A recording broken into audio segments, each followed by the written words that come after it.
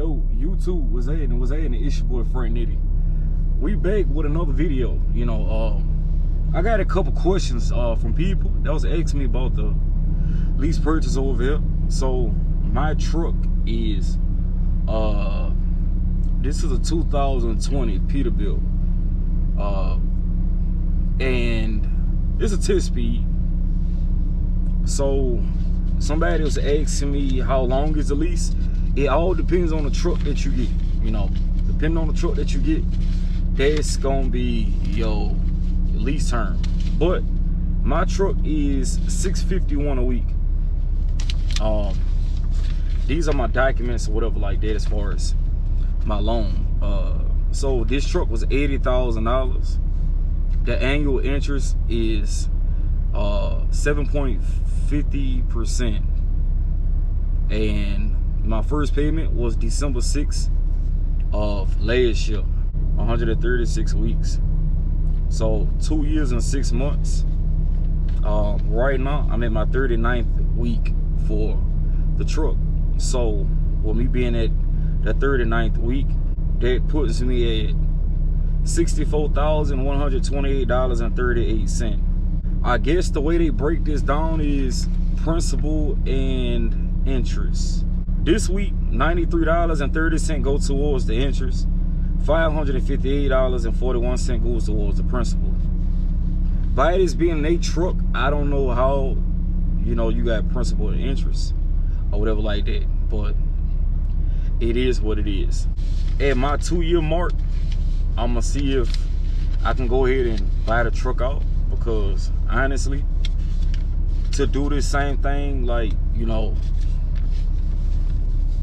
like running every week, you know, for a truck payment and taking in a little cash, that's cool. But I'm not gonna hold you. Some weeks you don't want to be out here, you know what I'm saying? You want to have one of them weeks where you just off and you ain't got to worry about no truck payment or, you know, or whatever like that. But it be weird sometimes, because like, say for instance, like maybe 2 weeks ago, my fleet manager, he went on vacation, so I had like a horrible week. So I was like negative $300. I only ran like one load. So after I ran that load, I was like, man, forget it. I'm gonna go buy the crib. So I was like, cool. My settlement was like negative 300. So they don't send you a settlement. They just wait till you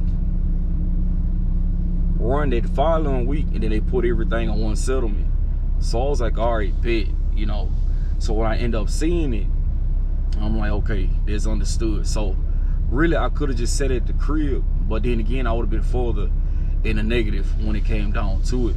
It's crazy that like over here, it always seemed like this like my second time being like in a negative. Like the first time was like during the winter, and my truck was stuck like on side of the street. I had slid and got stuck, and it was like soon as I ran that following week, I took home like over 25. And then it's like when I just came back out, I ran a full week, gross 8,000, which that's not even something that's not like a regular basis thing, or I don't even think I probably touched 8,000 one time since I've been here gross. So it's like, if I can make 8,000 gross after coming from being in a negative 1 week, why can't this be done frequently?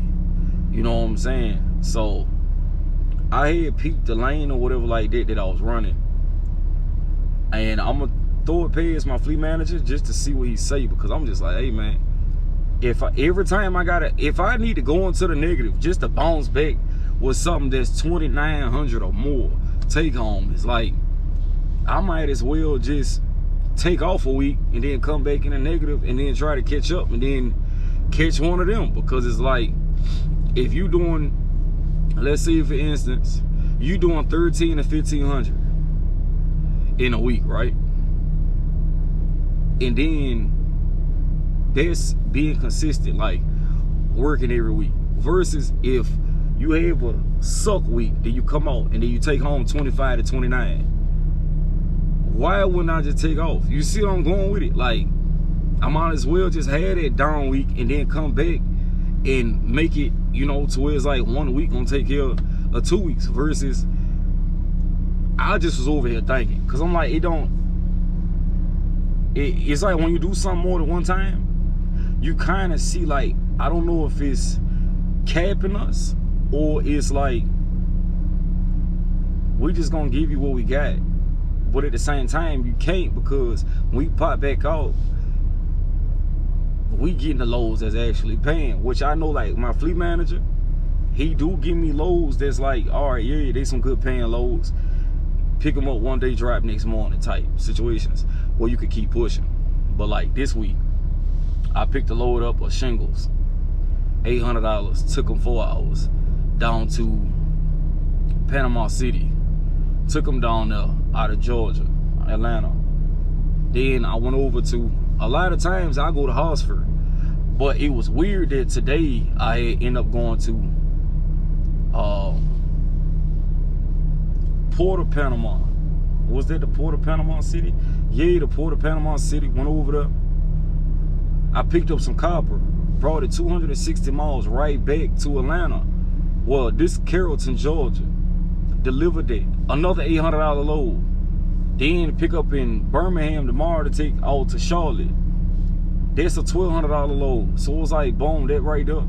It's like, it's the pieces where it's just like, no, bro, this ain't how this supposed to, you know what I'm saying? And I can understand if it's stacked like that all week. No, my pay period just started, so technically I'm in the green.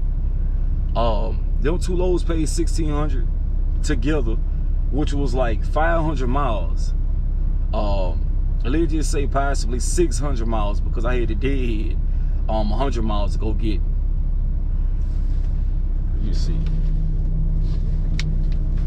So, no, I picked up shingles, went to Tallahassee, deadhead 100 miles, went to Panama City, brought it up here to Carrollton. Then I'm deadheading another 100 miles to go to Birmingham, take that to Charlotte. I'm probably going to have to deadhead another, you know what I'm saying? So, it's not including the deadhead, but then again, it's like, all right, if you do your loading miles, you're really not deadheading that far, but that fuel still counts. So if I'm empty 100 miles, it's like 10 gallons. You know what I'm saying? So that's how I view it, how I do my math.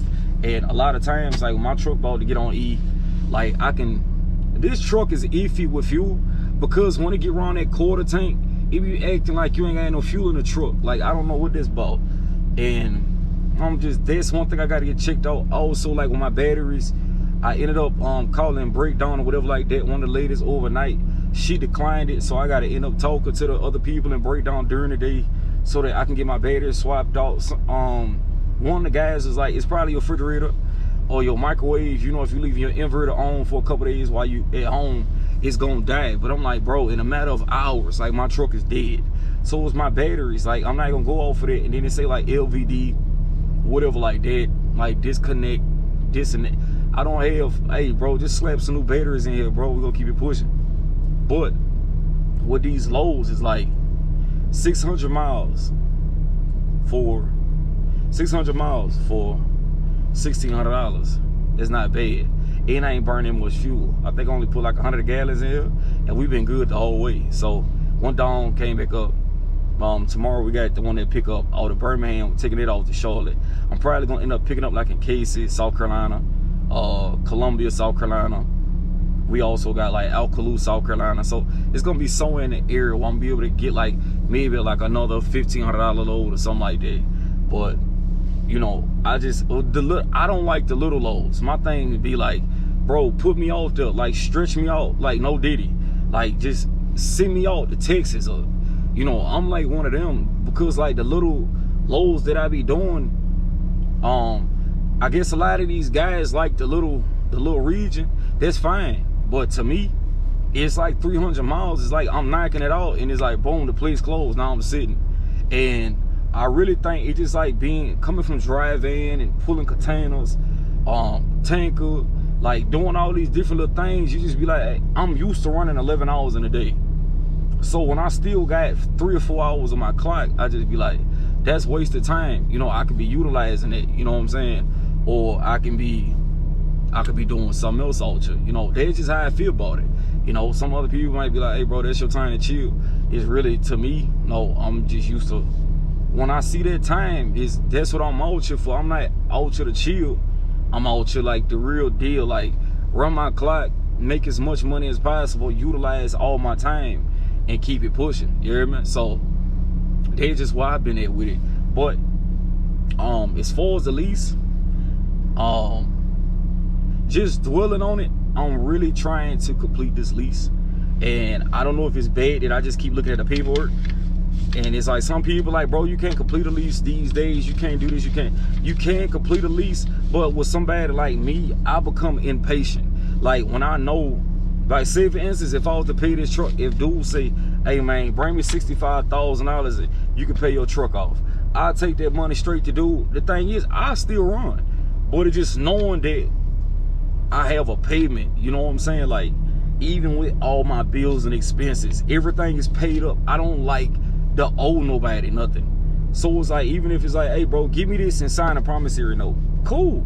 Like, I'll stick with y'all for the next 2.5 years or whatever like that. Boom, the FLD came in. I've been looking at a couple W900s, so this, that, and the third. Like,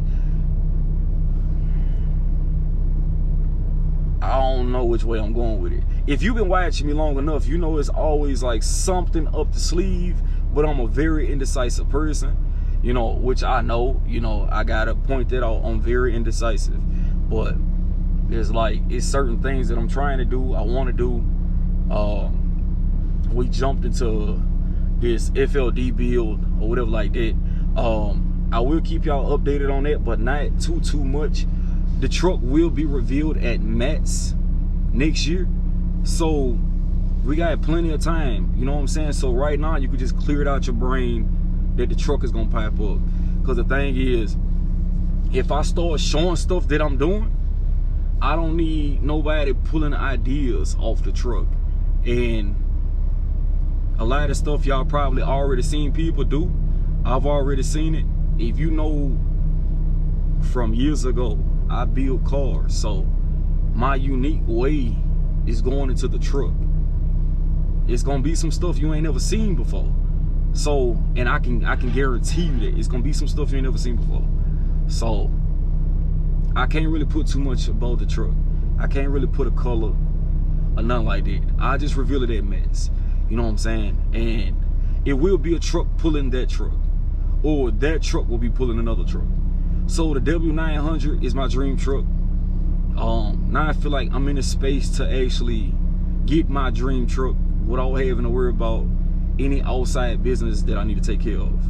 So the W900, once it's purchased, once I find the right one for me, then you will see that truck often because of the stuff that I have to do to it in order for it to be, I'm pretty sure it better pull that little FLD or whatever like that, if that's the case. But at the same time, it's my dream truck. Why wouldn't I have it on here? I only bought the FLD because Lone Star bought the FLD. We got it to the little competition or whatever like that. That's the only reason for building. It's not my dream truck. I might build that truck. I was told to raffle the truck off, but to be honest, it might just go to a subscribers. A subscriber might just give the truck away. Like, it ain't no pay for tickets, pay for this, pay for that. Like, it'll just be like a random, some type of way I could do a drawing and be able to pull and be like, hey bro, email you or whatever. Like, hey man, here go the truck. Because that's not my, I don't really need it in whatever fleet that I'm trying to build. Like a W900 Peterbilt got to have the extended nose. The Freightliner Classic, those are like my top trucks, you know what I'm saying? The only reason, I know some people like, bro, why you just want to go buy a truck and then just lease it on and do this and do that? I'm not gonna hold you, bro. I'm so close to the point of just when I'm done here, I want to retire, bro. I'm tired of like going to different companies or whatever like that. I was looking to car hauling with the FLD and all of that. I don't want the headache, you know, looking at insurance and going through training and just trying a whole new journey, bro, that people not even interested in, and I don't have time for it. You know what I'm saying? I'm just really at the point where I'm like content or whatever, and I could just keep doing my thing, keep making it happen, keep working it out, and just go about the trucking the way I need to. Like, I'm not the put everything in one basket type of dude. So I can play around with a little bit of money here, and that's gonna be it. You know what I'm saying? Don't look forward to me driving for the next 5 or 10 years. It's not gonna happen. I'm pretty sure, like, whatever I end up doing, I'm probably eventually end up slapping my other businesses on here so y'all can get out my back. Like, trucking is not that. Like, I try to break down so many times, like, trucking is just not, you not out here talking to people no more that's talking about pulling a dry van, making $9,000 a week still. You not going across people pulling flatbed that's still taking home 15 grand. And it's a whole lot of liars that's gonna hype on their channels or hype in your face when they see you and be like, hey man, I make this, and they done added 4 zeros on to what they done made in the year. They done did this and they can't show you this and show you that. Like, my thing is, bro, whatever income you're making, it's no need to lie about it, bro, when these are your companies, you know. And I just want to bring it up because I was talking to a dude up here at the yard. We all here in Carrollton, and he drive for Shelton. I seen the company before, but I never paid it no attention. And then, you know, the other guy was just talking to him or whatever like that, and he was like, hey, yeah, man, I make $4,500 every week. And then the guy's like, damn, for real? So I'm over there like, damn. Like, I ain't even gonna hold y'all slick eavesdropping, but, you know, so dude was like, if you don't mind, you mind to show a settlement? He's like, nah, man, I don't need. My thing is this: why would you tell somebody something you can't show them? So don't add. It's not your company, bro. That's what all these companies do. Like, they send out a recruiter to go post up an advertisement, tell you can make $5,000 in a week. You get over there, next thing you know, you only took home $1,500 that week. Then you expecting for it to get better, and then your paycheck keep dropping. You keep doing more work. You keep doing, and then you done topped out at $2,500. Come on, dog. We ain't got to keep lying on you about the stupidity. You know what I'm saying? Like, if you taking home $2,500, $2,000 a week, you think about it, bro. You could still split that down the middle, and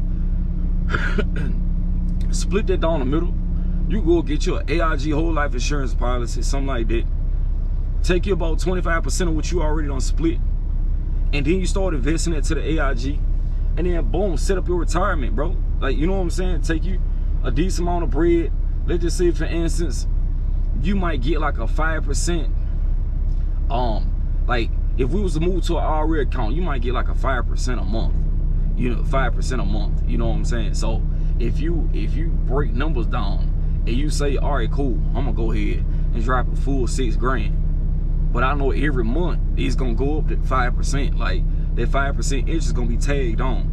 And then once you got enough, you know what I'm saying, to where you can stabilize, you can go ahead and take that same interest and pay your bills with, and then you could be all chill on the road like, oh yeah, look, I made $1,500, $2,000, bro. It ain't nothing serious. We go home every weekend. I'm content. I ain't got bills like that. Everything paid for. Like, you know, versus been out here trying to compete and lie with the next man. Like, bro, come on now. If we was still out here making $4,000, $5,000, $6,000 every week, bro, it wouldn't be too many lease purchases going on, bro. These dudes would be out here buying trucks, doing this, and we'll be moving like the pre-COVID days. Like, it was real deal. Like, yeah, bro, I make this. Go back to the old USA truck videos I used to make, man. Like, $9,000 take home, $10,000. Like, man, bro, we was taking that money, throwing that money to the side. Like, ain't no need to run through it, because anytime you got, I always known this, anytime you got that spell where your money is like, it's coming in fast, just know the spell ends. It has its season. And when it slows down and you ain't making it no more, guess what? You ain't even worried about it, because you don't put all that back to the side. Like, or you done invested it somewhere, or you done started another business. Like, somebody was telling me, like, man, you stupid for opening laundromats. How? When I pull up on Friday and I go check out mines, them Hispanics loaded it up. Like, what you mean? Y'all that stupid? How was it? I done made back 17% off of what I put in it. And it's only been open like maybe a month and a half, something like that. Come on, bro. You can't tell somebody how to maneuver money. Then you're thinking that your money is actually working for you. It's not. Because when bricks hit, that currency is gonna drop so low. You know what I'm saying? And if you ain't got like no offshore account, something like that, you ain't got no. You got also realize like real estate, like land, is gonna depreciate over time. Once we go to war and all of that, because I ain't gonna say once we go to war because we already at war. This ain't nobody saying nothing. But once everything hit, it's a lot of stuff that's gonna be destroyed that you don't need to invest in. But as far as gold, you know, sending your money overseas to an offshore account, you know what I'm saying? Having a dual citizenship, like the first place I was even looking at was Ghana. It's like, boom, you go over there, get you a dual citizenship, and you ain't even gotta pay for it. So you hop on a plane and get the hell on, like, oh yeah, I need a passport. No, you don't. You already got the citizenship. And they even got numbers now that you can actually call and get a dual citizenship. And people like, well, Africa is dirty. Like, no, it's really not. It's really not. It's really not. Like, you know, I ain't even gonna make that statement. But I know I've been rambling. I'm just in my truck chilling. You heard me? I don't be having nobody to talk to sometimes. You know what I'm saying? I just hop on here and just start talking. Like, but yeah, I did want to get with y'all when it came down to this whole yeah, like the whole contract. So in total, you're gonna pay about $80,000 for this truck. I ain't gonna hold you though. The only reason why I've been still hanging in here because of my fleet manager. And I loved it. I don't know what it is. I could see 1,000 of these trucks. But it's just something about my truck, bro. Like, at first when I hopped in, this was my initial plan. Bro, go hop in that truck for a little bit. Go get some experience. Take the same money that you made from it, go buy a truck. Go buy the truck. Go get your flatbed or a step deck. Take it over to Bennett. Run with Bennett for about a year. And then retire out. Just to have content about Bennett. Because there's not a lot of people over there talking about Bennett. And I don't really think Bennett want nobody talking about Bennett. So I guess I ain't in it because I ain't been at Bennett. You know what I'm saying? So, but my thing is, that was my initial plan when I got here. And even after buying my FLD, I'm not even gonna hold you. I haven't grown any type of attachment to the truck. I'll fall in love fast with these semi trucks. Women too. That's why I can't be doing all that extra shit. But with these semi trucks, if I drive it and I immediately catch like attention to it, like some type of something, like I don't want to let it go. But this is one of the few trucks that I've driven and I don't want to let this truck go. But at the same time, if a W900, the one that I need, the one that I see, the one that I'm like, yeah, that's him, like, I'm letting it go immediately. You know what I'm saying? I might. You see how indecisive I am? It be like that. You know what I'm saying? It be like that. I would love to pay this truck, but to be honest, to have like, I don't want to view it like that, like a leash around your neck, but to have somebody on your back 2.5 years, it's like, bro, let us just pay the truck, bro. Why we gotta be doing all that? Like, I can understand, like, I got 2.5 years, right? And they see like, oh yeah, like your last year you can pay the truck off. Okay, cool.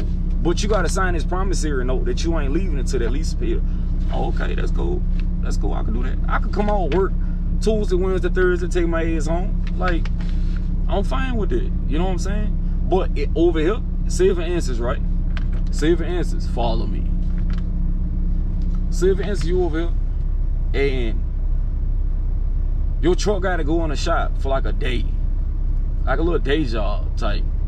That one day is gonna mess up your whole week. Like, honestly, I never seen nothing like it. Because normally I would think like the rates will like accommodate, especially like, you know, you might get a load and you thinking like, okay, boom, my truck was down, like say for instance, I deliver a load. I need to take my truck out to the shop. I drive over to the shop. My truck is in the shop the rest of Monday, all day Tuesday. I hop out Wednesday. You think like you could grab a load and you be like, all right, boom, that's a $3,000 load. That's gonna, yeah, like, no, bro, I haven't seen it. It's more so like, okay, yeah, that's 12, that's 15. That's 800. That's it. It's like you about to try to scramble the whole week to try to figure it out. And I don't understand why it's like that. And even sometimes when you, and people got to understand, like we be talking to these other drivers, right? And you might be at the same place and you be like, bro, how much they paid you to get that load? Well, we get paid 68%. Oh yeah, we get paid the same thing. But how much they paid you to get that load? Well, you know, they add the fuel surcharge, bro. I ain't asked you that. How much did they pay you for that load? Oh, it was $1,500. Then you go back and look at yours and be like, why they gave me mine for $1,100? Like, but it's the same thing going to the same place. Then they be like, oh yeah, that's what happened when you underbid. I know how brokers work because I got my broker certification, so I know how it go. But at the same time, it's like, bro, come on, same freight, same companies, sister companies at that. I'm not understanding how people just be like, bro, come on now. You should be able to be like, hey man, my week is trash. Let me get one of them bad things. Like, yeah, let me. And the next thing you know, he sends you over, hey bro, a $3,200 load. Go get you some posters or whatever like that. Put them on your trailer. Take them poles up there to New York. Oh, say less. That's gonna make up for your whole week. You know. But there's that type of time. You know, I mean, my fleet manager, dope guy. You know what I'm saying? Dope guy. He do what he gotta do. He give me all the loads I need. Like, he just makes sure I'm stacked. But I be moving so fast sometimes. I think he just be like, oh damn, I didn't think he was gonna get there. But yeah, we here. Like, it's one of them. Like, I really don't stop. Like, I stop like during my 30-minute break. A lot of times I'm able to time that 30-minute break, and that's when I hit the shower. Like, I ain't even gonna hold you, bro. Like, I don't take no, let them lie to you if you want. I don't take no decent shower until I get home. Like, I can hit the shower, you be in the shower like 15 minutes, like that's it. Tops. Let these dudes tell you they be all chill, like, yeah, like, yeah, no you not, bro. Unless you got one of them days where it's like, you deliver a load, but you can't even, no, you pick a load up, but you can't deliver it to tomorrow because they close at 3 o'clock. So then you go to the truck stop and then you able to get in that shower about 30 minutes, you know what I'm saying? Like, you know, real deals, scrub a dub, you know. Why did I say that? But, you know, real deal, clean yourself. You know what I'm saying? Like, not rush. You know, most of the time, you're going to hop in that shower during that 30-minute break and you rushing. As long as them hot spots is done properly and the rest of your body is tagged, you like, oh, say less, I'm out. Hit the little deodorant, cologne, or whatever like that. You know, little lotion, something, and you get up out of there, you know. But somebody tell you they know, hey man, no they not, but unless you got one of them good. And I ain't even gonna hold you. It's so hard to get a parking spot at Love's, cause it's mainly who I go to get my fuel. So, getting fuel at Love's and then trying to find a parking spot, cut it, like, cut it to the utmost. It's not gonna work. Like, I get lucky. Say I shut down like 10:30 or somewhere, I might get lucky with the last spot. You know what I'm saying? And sometimes it be so hard to beg. I still have hard times sometimes begging into these small truck stops, especially like the turn radius on my truck do not work on my side all the time. It don't work on my side. But you know, that's enough for me rambling, bro. Like, that's enough. I'm done. I just wanted to run this past y'all with this whole little situation that I got going on with this lease. You know, the lease is pretty dope though. I don't have no problem. It's not difficult. It's just, I think my problem is just when I be looking at 136, boy, these folks got me fucked. Like, it be one of them. Like, boy, y'all ain't about to give me 130. I can chill them last 5-6 months. I come in the office, I do some recruiting. Yeah, like, how many people you want in here? You know what I'm saying? Like, I could get you some people. And I ain't talking about no Western Express people neither. Like, I can get you some drivers. You know what I'm saying? But then on the other hand, I hope everybody out there being safe. Please forgive me for my rambling. I had a long day. And yesterday was long. Especially when I bent the corner and then my pigtail grabbed the catwalk. It was just, it just been long. It was long. You know what I'm saying? And that happened yesterday. I was able to see exactly what happened. I ain't even gonna hold you. I grabbed some duct tape and pulled into the damn Walmart. Dude pulled up 30 minutes later with a spell. Like, I'm like, yeah, appreciate that. Dude, you got another one in the truck? Yeah, I do. I went ahead and bought that one just in case if it ever happened again. The thing is, I always try to make sure that it's off the catwalk. But I think over time, that little screw at the top, it had unloosened. And then it had kind of slid a little bit. Yeah, cause I seen exactly. It was just so weird. When I got off it was just weird. So I was like, all right, cool. But like I say, hope y'all being safe out there. Please like, share, subscribe, comment, all that. And I'll catch up with you on the next one. Yeah.